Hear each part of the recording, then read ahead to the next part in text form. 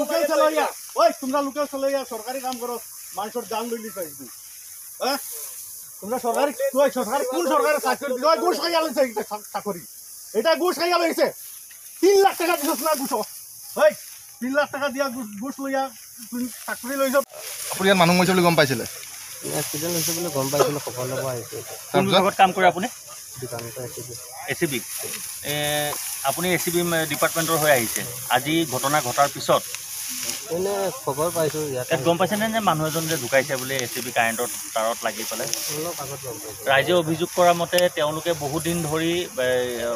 ACB complain দি আছিল যে বিদ্যুতৰ তাৰখিনি তলত লাগি আছে বিগত এটা বছৰৰ পৰা আপোনালোকক অভিযোগ দিয়ে এনেকৈ আমি গম পোৱা নাই আৰু 4 ঘণ্টামান আগতে ইয়াতে মানে ধান কাটিবলৈ দীপংকৰ দাস নামৰ ল'ৰা এজন আহিছে লগত আৰু মানুহ আছিলে গাঁৱৰ মানুহ আছিলে তেওঁলোকে ধান কাটি আছিলে সেইটো টাইমত মানে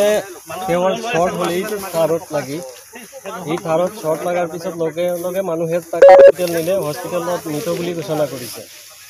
কি নাম ল'ৰাটো দীপংকৰ দাস হয় তেওঁৰ নাম তেওঁৰ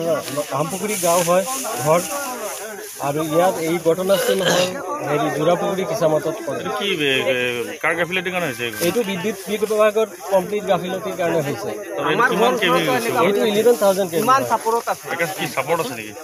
চাপোৰ্ট মানে একেবাৰে চাপোৰ্ট আছে আপোনালোকে চাব পাৰে কিমান চাপোৰ্ট আছে তাৰখিনি এইটো কৈছো যে ঠিক কৰি আপোনালোকে এনে অভিযোগ দিয়া নাছিল নেকি আমি 1 বছৰৰ পৰা মানে কমপ্লিট মানে ইয়াৰ লোকেল মানুহে কমপ্লেইন দি আছে